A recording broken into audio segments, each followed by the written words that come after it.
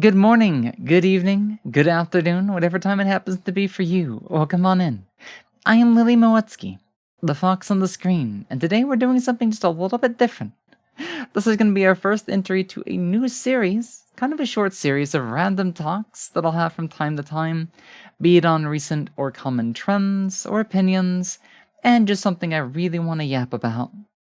So it's about 4 in the morning, so, these videos are kind of gonna be a little bit loopy.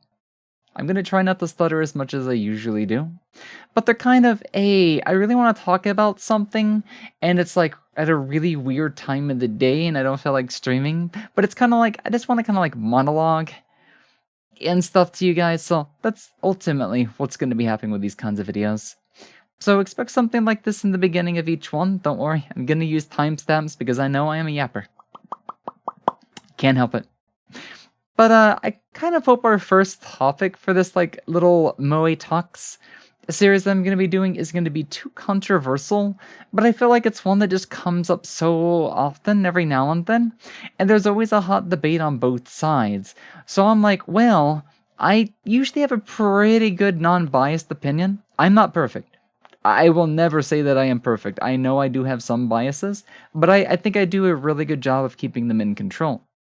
So I'm going to try to give my own takes based on personal experiences, personal accounts, things that I've seen, and basically give a opinion that might be a bit more binary, no pun intended, because I guess somewhere along the lines of my autism and the way that I can see the world is I have a couple of ideas rooted in emotions, funny enough, that I might be able to explain things on both sides and maybe even one point of view that's not really accounted for on social media.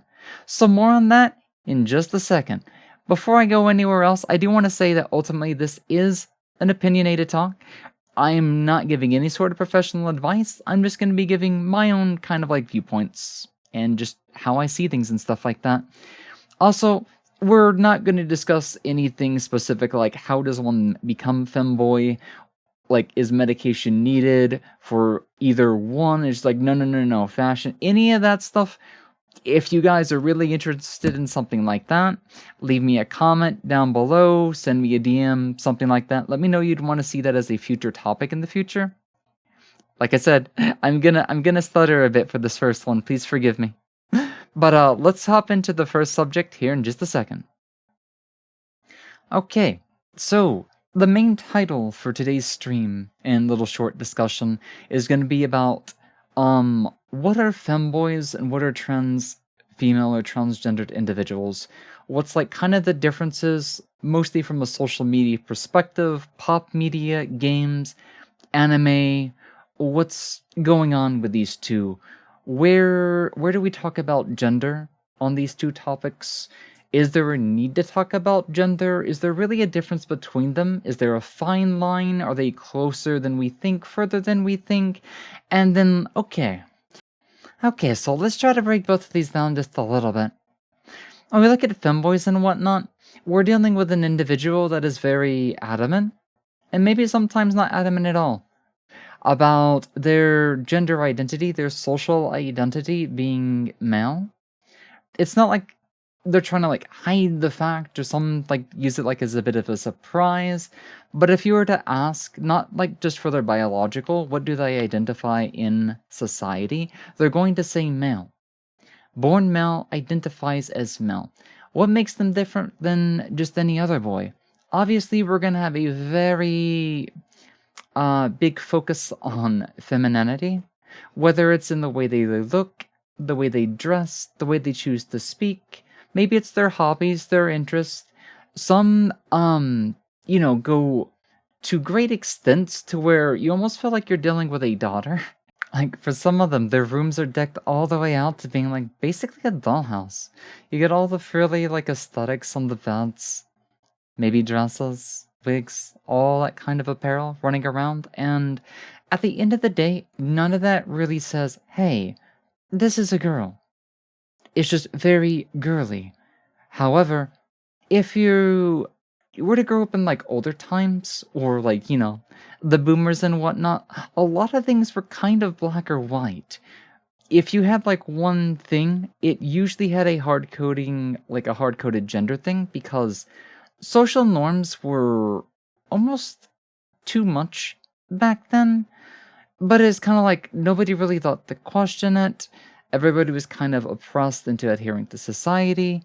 And now times are starting to change so like for older people it might be kind of like, well, that's kind of weird to think about, but in today's society we're kind of starting to pull away from some of that. So the main takeaway here is that it's more like a hobby to them or of interest. And sometimes that can include their physical appearance, sometimes that can include their voice, the way they present themselves. Some femboys may like be able to fit the image or the image of an ideal girl in society more than some girls do. And that's okay. That's okay. They do that by choice. That's just who they are, how they wish to present themselves. But that does not mean that they have to take on like a female identity. None of that should ever like equal their social identity. Rather, that is just their form of self-expression, who they are as a person, personality, interest, and it's not up to society to try to socially pressure them into doing one thing or the other, whether to get out of their interest, because if you grew up in like my age, we'd probably be like, you can't do that, that's gay, you don't do gay things, or other sort of vocabulary. I'm not gonna use any, don't worry. But if you grew up 80s, 90s, stuff like that, you probably know what I'm talking about. You've probably heard angry fathers scream at their kids, like when they're like 3 or 4, is like, you can't do that, don't play with that Barbie doll. It just like, you grow up in that stuff like that. It was heavily like enforcing of social norms and stuff like that. So the main takeaway here is that it's more like a hobby to them or of interest. And sometimes that can include their physical appearance, sometimes that can include their voice, the way they present themselves. Some femboys may like be able to fit the image or the image of an ideal girl in society more than some girls do. And that's okay. That's okay. They do that by choice. That's just who they are, how they wish to present themselves. But that does not mean that they have to take on like a female identity. None of that should ever like equal their social identity. Rather, that is just their form of self-expression, who they are as a person, personality, interest, and it's not up to society to try to socially pressure them into doing one thing or the other, whether to get out of their interest, because if you grew up in like my age, we'd probably be like, you can't do that, that's gay, you don't do gay things, or other sort of vocabulary. I'm not gonna use any, don't worry. But if you grew up 80s, 90s, stuff like that, you probably know what I'm talking about. You've probably heard angry fathers scream at their kids, like when they're like 3 or 4, is like, you can't do that, don't play with that Barbie doll. It just like, you grow up in that stuff like that. It was heavily like enforcing of social norms and stuff like that. However, we live in an age to where we're more and more moving away from those gender norms, and while we're doing so, there's some issues that creep up in every now and then, to where one or the other side is trying to almost oppress or push some kind of norm as more, individuals that go out to basically challenge social norms, or in other words, identities such as gender non-conforming, non-binary, ones that don't pull to either extreme but are somewhere in between. And a lot of times you'll find individuals that are either non-binary or GNC that still identify as femboy. They're, comfortable in admitting or, just understanding that, hey, they were born male, but that's not going to stop them from doing whatever they want. If they want to live as close to being female, or even more female than other females, but still identify as male, that's perfectly fine. That's just them being themselves. And then on the other side of things, we have our transgendered individuals, trans female, trans women, whatever name they feel comfortable with or want to use. These are individuals that are also born male, but in society identify as female. and oftentimes go to great lengths in order to both build up that acceptance from society as passing off as female, or convincing themselves that they are female despite their starting point and whatnot. They don't always have, like, what am I trying to say here? The interest in, like, cute stuff, or just really girly stuff that you see a lot in femboy culture, or just girly aesthetics and whatnot, that's not really exclusive, or it's not really mandatory when it comes to transgendered individuals, and in vice versa for trans masks as well. Their interests don't necessarily shift. Oftentimes they do overlap, but it's not required. It's what I'm trying to say is trans women do not have to be overly girly. They don't have to be overly feminine. What it is for transgendered individuals, the shift in their gender from society's point of view is more, I guess, kind of like functionality in how they behave and just kind of integrate themselves within society. There's going to be a lot more focus on presentation, mannerisms, dress code, but still with room enough to have like their own personality. But a lot of things that you'll see with like trying to have that really girly voice, that overly cute kind of a personality, or having a bunch of like dolls, dresses, and everything like all over your room and stuff like that. None of that is necessary at all. So, in other words, it's less of a hobby, and to a certain degree, it's not even a hobby. Like I said, it's more of a struggle of acceptance for them, rather than with femboys where it's more interest, hobby, and just kind of an extensions of who they are.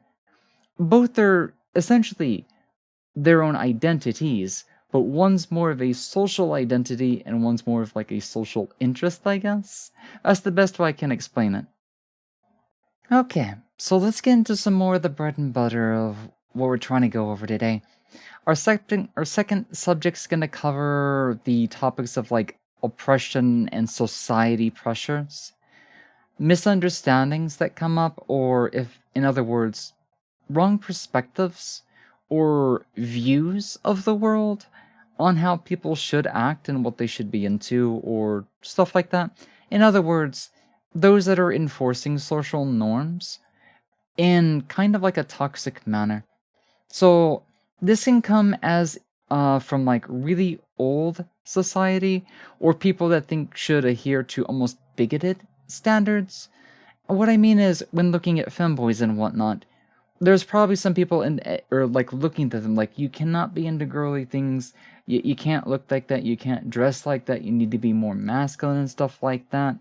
And they're one against the challenges towards social norms, i.e. boys being into girly things, and two, they're probably against transgender things as well because of the society that they grew up in, or whatever worlds they happen to be in. A lot of times, this kind of adhering to social standards and norms is kind of a thing done out of fear, or things being like accepted that to these individuals when they grew up, things were different and not everybody can accept change. However, that's not necessarily right. We just need to be kind of understanding that it might be difficult for some people to accept that, or learn to change, or see the world from a better perspective. However, that is definitely one challenge. Another challenge is going to be from the transgendered individuals who are looking at like femboys and trying to push the notes of like, hey, you're probably more of an ag, or you should really transition if like you're really into this stuff, if you want to present more female, be more female. It's like, no, that's not really something boys can do. It's just like, it's okay. Like, you can just transition, or there's so many conversations that I've seen pop up on Twitter where they give every other excuse. And what I'm saying is not to like put them in a bad light, but like trying to identify where this like narrative's coming from. Why are they presenting it in this way? Why are they doing it in a way that's kind of pressuring? And I think there's a lot of probably trauma going on for some of them. Because think about it, a lot of individuals that are looking to transition might have had some interest in like very like girl coded things or feminine presentation, and maybe they were in a position to they were they not really able to do that or embrace it as themselves. I feel like a lot of transgender individuals end up getting kind of cornered into transitioning so that their interests they have align with their social identity. Maybe they found more acceptance that way. Maybe whoever was raising them, whatever society they were in, found that more acceptable. And maybe transition wasn't, necessarily a goal, but a means to meet the end. This isn't always the case for everyone, but a lot of times I wonder if that's part of the process because there might be some projecting, or they're trying to like use it as a shield or an excuse, where ultimately we're dealing with individuals, femboys specifically, that are going against gender norms. So, what I'm trying to get at here is that when I said that there might be like enforcing of social norms by both sides, and that we're trying to break away from societal norms, transgender is itself kind of going against the norm, in a very black and white man and woman society. But trying to push people towards transitioning is almost the same thing as you're trying to take an interest, a hobby, i.e., girly things, clothing, presentation, mannerisms, and whatnot, and trying to almost like be like needs to be female, needs to be trans female, and in that way is kind of enforcing yet another norm. Which is why I'm saying this kind of view on both sides is technically incorrect. This is why I kind of like don't really agree with far left and far right.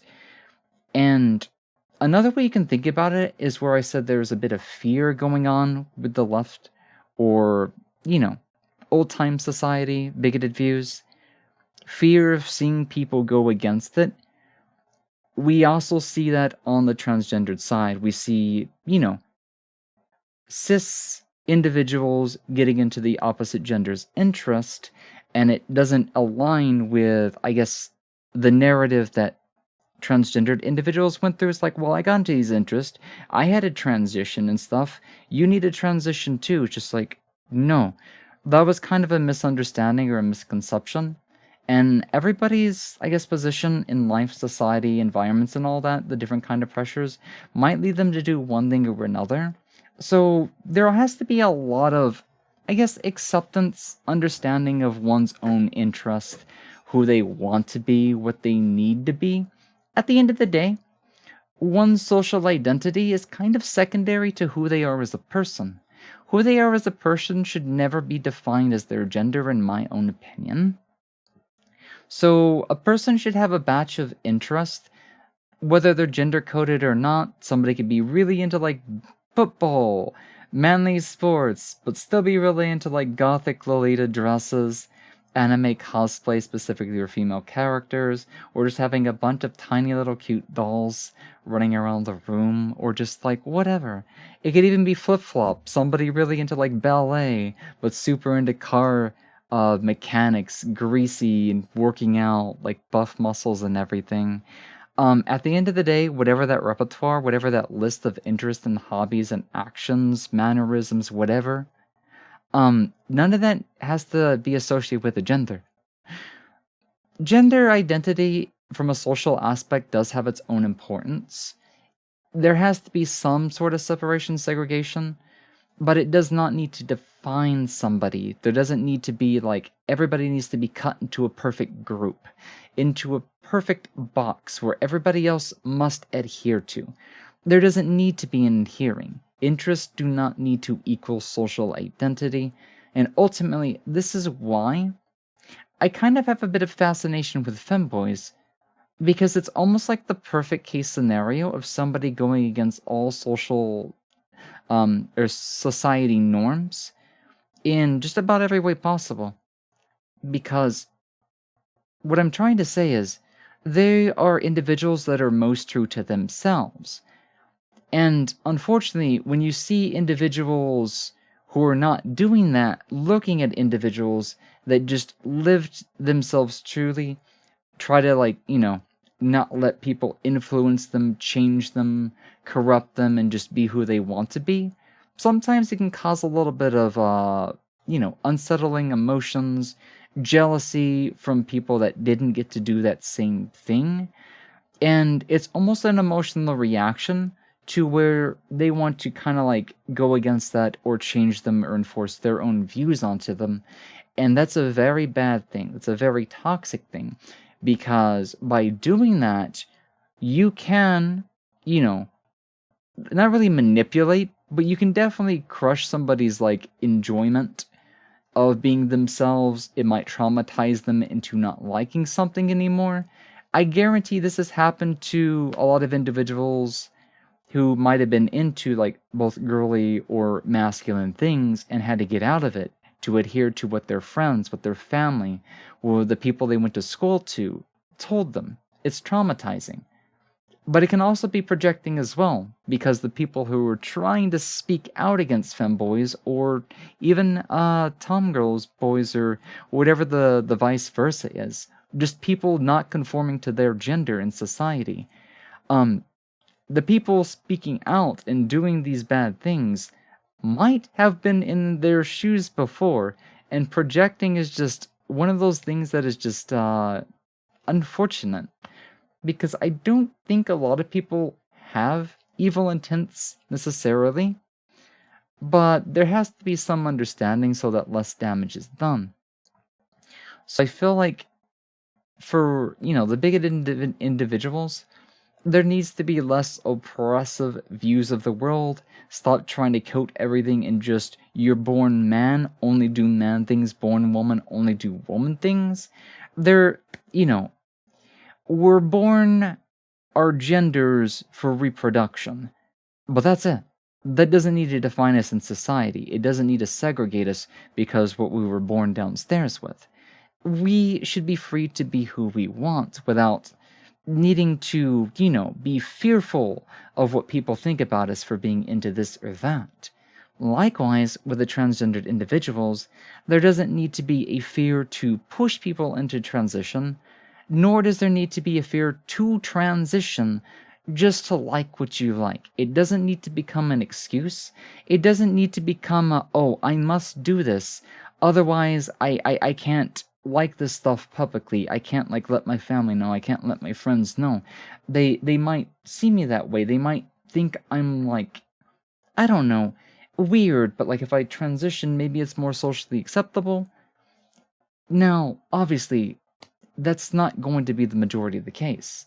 But I think it's relevant enough because I may or may not have found myself in a similar position in one point in my life. But, the older that I get, once again, is gender neutrality or just non-conforming. Basically trying to pull away from my own social identity and just focus on what I want in my life. What do I want to do? How do I, kind of want to be perceived, or at least be perceived to myself? Ultimately, I don't want to change everybody's opinion. And at the end of the day, you can't make everybody happy. There's no point in even trying to make everybody happy. So if I can learn to just make myself happy, whatever my gender happens to be, then that's perfectly fine. I don't need to be feared into transitioning because of my interest. I don't need to be feared into getting out of my interest because of the gender that I was born into. I just need to focus on being myself.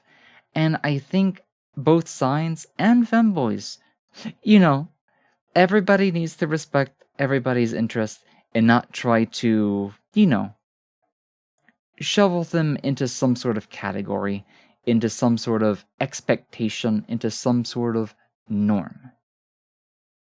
The other thing that I want to touch on is, because some individuals do get pressured into transitioning and stuff like that, this is where I say a lot of inside reflections are very important when dealing with subjects of like gender and interest in society norms, because some people can get in over their head. They can get told things I don't really want to get into the whole people grooming people into other genders and stuff like that, because yes, it does happen, but ultimately, whatever stage of life a person happens to get into, they always need to ask themselves deep down, what do they want in life? What are their interests? Does their gender actually matter, or do their interests matter? Are they trying to perceive themselves or for society, for their family, for their friends? Because the biggest one that you want to keep in mind is yourself. You got to be happy with yourself first before you can expect others to be happy with you.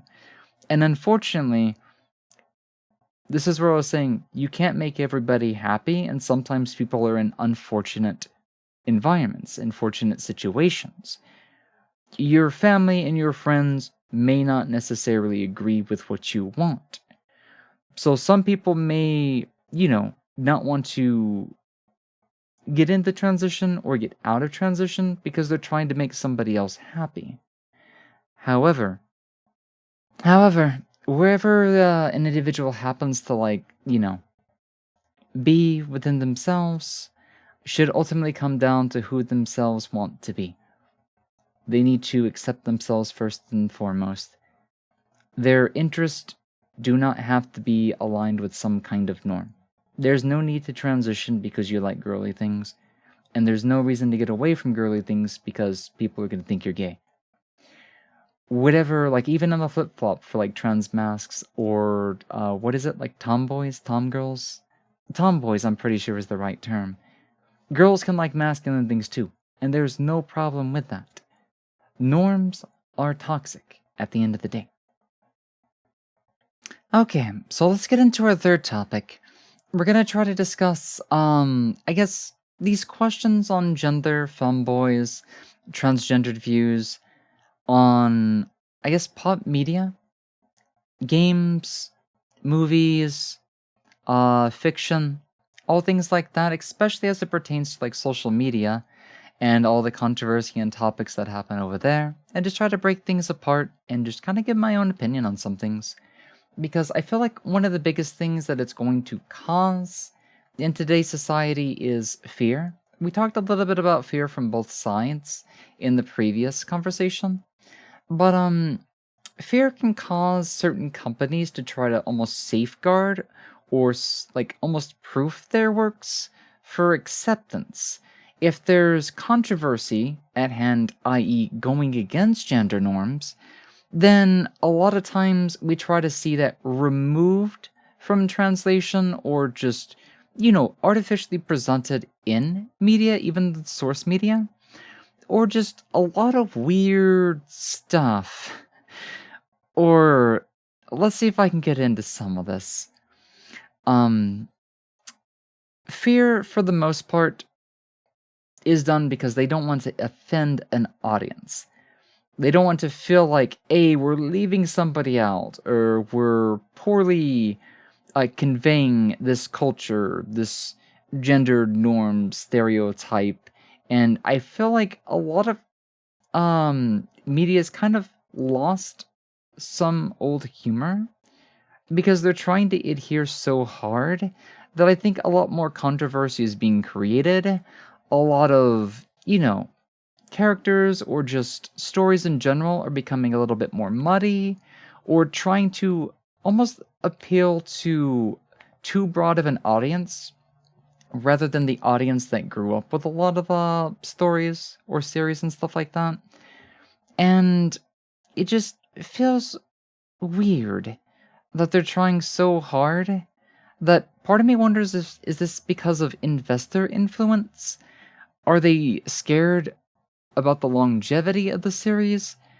And it's just weird how gender has caused a lot of this confusion, or what the hell do we do? So, do we blame society? I'm not sure.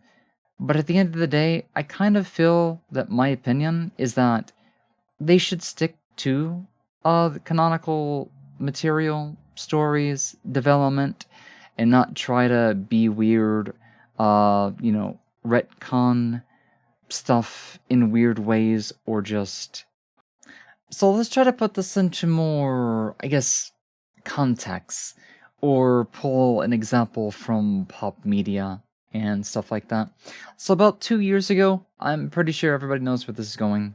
There is a really big spark of controversy and so much ugliness from both sides of the scene regarding the character Bridget from Guilty Gear, who has a lot of history, as well as being a symbol for somebody that was very adamant about being male and very female presenting for whatever reason. There's a lot of story reason behind the character not being their choice, but despite all of that going for them, they didn't let that get the best of them. They continued to push forward with their male identity, and there was a lot of love and respect for the character for that at the time because Otokonoko no what was it again? Otokonoko has been a kind of an interesting topic to see develop and change throughout the years. And I kind of feel like this is also something that the devs, or the content creators, uh, story creators, character designers, and stuff might have been thinking at the time they like first came up with the character and everything, because Otakonoko was very much a social minority at the time. It was a very interesting phenomenon, and it could play a little into the reasonings that they gave for the changes in the latest installment, where Bridget comes out as transgendered. But let's see if we can kind of bridge a gap and maybe explain some things down the road as to how we got to this point. So, we have a character that very much goes against social norms and stuff. Very feminine presenting, very, interested in cute things, but despite their appearance, despite their, impressions, they're very adamant about being male. There's a lot of times when characters would even be like, it's a really cute girl, you're really like a cute girl and stuff like that, and they would always respond with, no, I'm a guy, no. Or like almost adamantly, no, I'm male, and stuff like that. So it sparked a lot of inspiration, admiration, and just, hopes for a lot of otakonoko, or people that were struggling with, I like cute things, but I can't like come out with it. I can't like admit it. I can't like show my interest to the world and stuff like that. And this was very much at a time where more and more people were starting to rise up and push against the social norm of being really into like feminine and cute things, whether it's clothing, hairstyles, presentations, way of speaking, acting, but while retaining their male identity. That was the big thing that the character had going for them, was that despite all this, despite all their interest, how they present themselves, how they look, there was very much an adamancy, or an almost an unyielding will to not let go of that male identity. It was very important that it was never, misunderstood, or, changed or bent or anything like that. More importantly than anything else about them, they did not want to be misunderstood as a girl. So, that found its way into a lot of people's heart at the time, and for many years, I think over a decade. I'm not too versed in like the whole lore and everything, but I'm pretty sure from the time that I kind of just, started seeing fan art pop up over the internet over the years, it's been some times, well over a decade, I'm pretty sure. So, okay. So we had a big inspiration that went against social norms, gender norms specifically. So, why might that have caused some of the changes 2 years ago? Why might that have been weirder now than back then? A lot of things have changed, including the LGBT scene, whether it's anti LGBT or pro LGBT.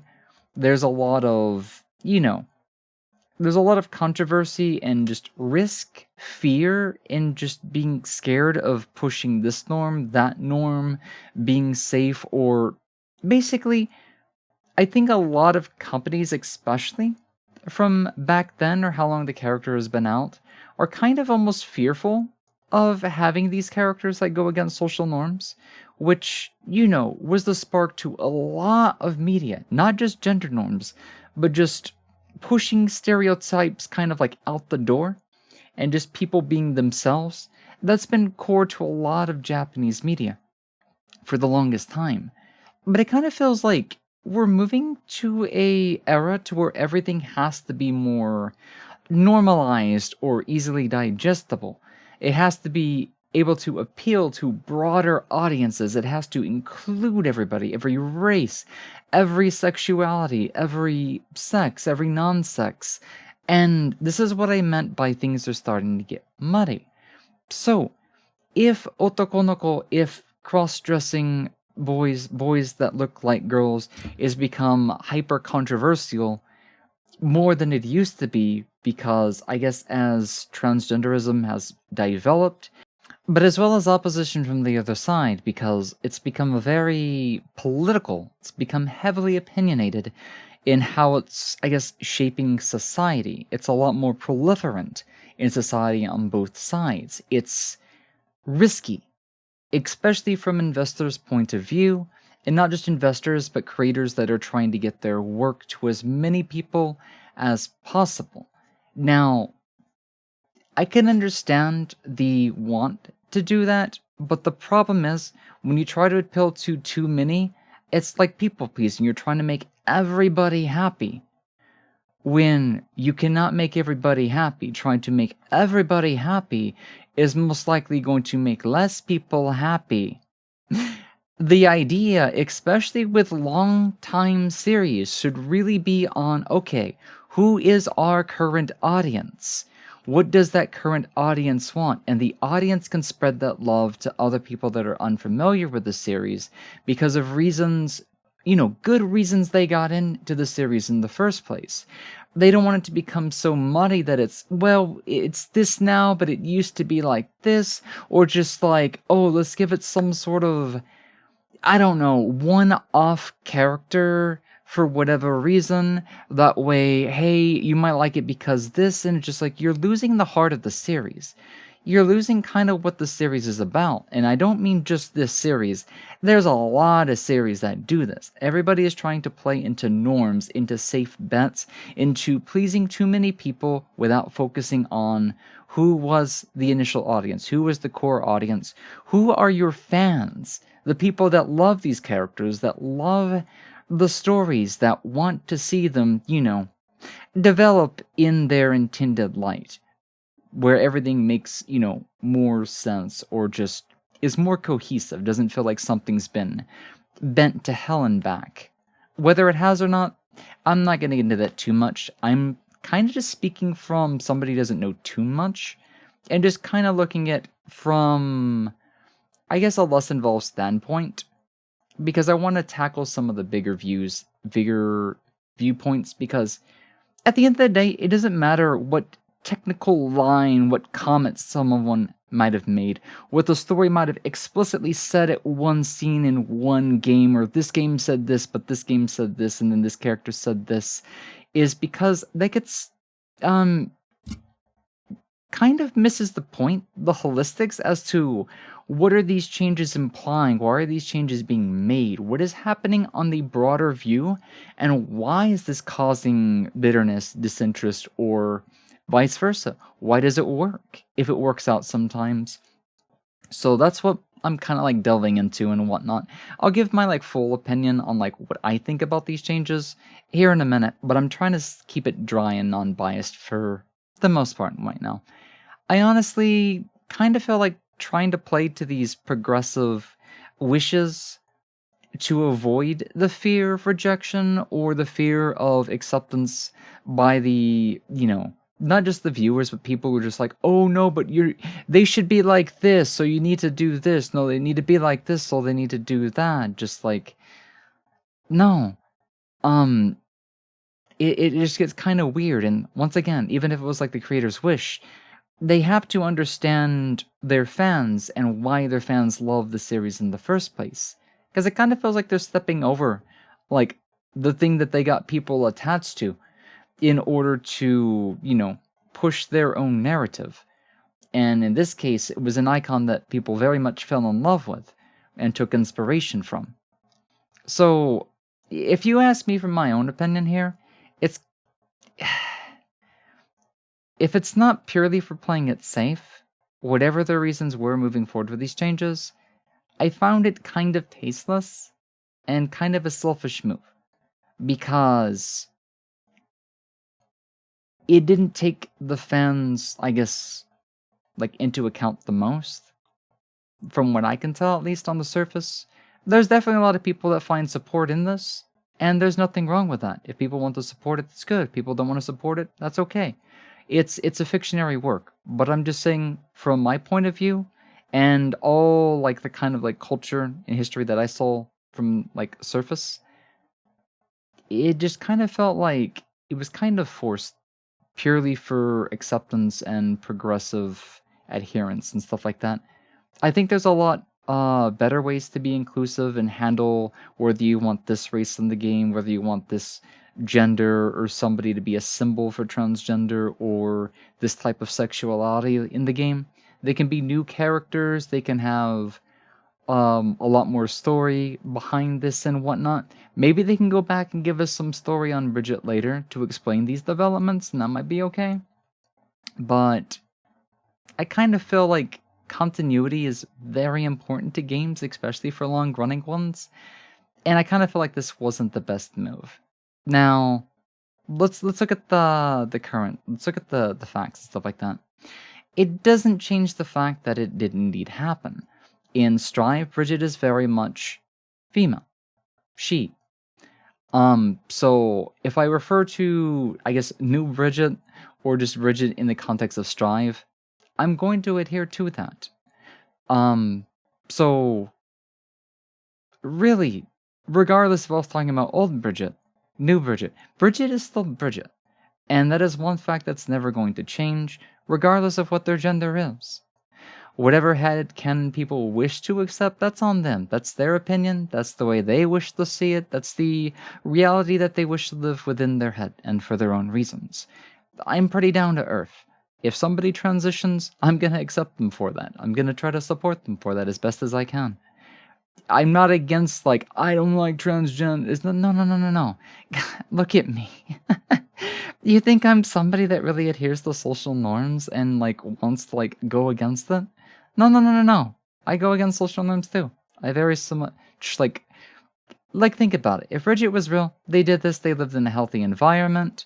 I don't care what their decision is, I'm gonna support them for it. But as a character designer, this is really the way I'm gonna put it in dry terms. I can respect the decision that has been done, but I'm not really required to like the decision or support the decision as a character designer. I kind of feel it was rushed, lacking, and very disrespectful to the fans that have, been very inspired and kind of looked up to Bridget for many, many years. It kind of felt like the devs and the creators did them dirty. Now, that's just my opinion. Once again, I can still respect the decision and support that this is the direction they wish to move from. I still find the new Bridget very cute and enjoyable for what she's worth, as well as the fan art for either implied gender. But she's never gonna replace the attachment and meaning that the previous gender had for me and whatnot. That's my take on it and whatnot. So hopefully that was very understandable. And we're gonna get into our last one here in just a second. So for the last little bit, we're kind of just gonna briefly talk about, like, why are femboys so important? Why make a video that talks about them in kind of a interesting point of view? I don't really know how to do it, like my own take, my opinion, but they are important because they embrace an idea of not just going against social standards, social norms. It embraces the idea of individuals being true to themselves and not letting the opinions of society and other people influence who they wish to be, who they wish to identify as. Femboys are very symbolic of individuals that like what they like and admit who they are. They have both a strong grasp of self and self-acceptance, as well as unwavering desire to stay interested in what they're into. They don't let, you can't do that because you're gonna look at and like people are gonna call you gay for that. It's like, no, you need to transgender if you need to look that, or it's just like, no, I'm a boy and I'm really into this stuff. It doesn't matter what other people say. I'm a boy and goddamn, I look good in a dress. So, this pushes the boundaries of social norms kind of out the water. And in my opinion, I kind of feel like it's understandable that can cause a lot of fear from both sides. Some people might not be ready to accept that people are able to, like, do that. But I feel like they definitely don't need to be oppressed. I kind of feel like femboys would be great leaders in a way if you think about it. Not just to, like, get people to, get into girly things as boys, but, like, for people to stay and continue to get into their own interest and not have to adhere to a label, not to have to identify as a specific gender, as a specific sexuality. They are great examples of people who do not waver when people disagree with who they want to be. They are removing stereotypes. They are, going against pressure that both cisgenders and transgenders oppress on them. They are trying to be themselves, whatever their gender happens to be. But the fact that they're male is kind of secondary. It's kind of a big secondary in this case because femboys do encompass boys that are doing this, in the same sense that, to a less popular degree, tomboys are kind of doing the same thing. Obviously, they don't get as much spotlight, but they're still their own thing, and they should still be respected for the same views and everything. People should be themselves, and that's entirely what this video was about.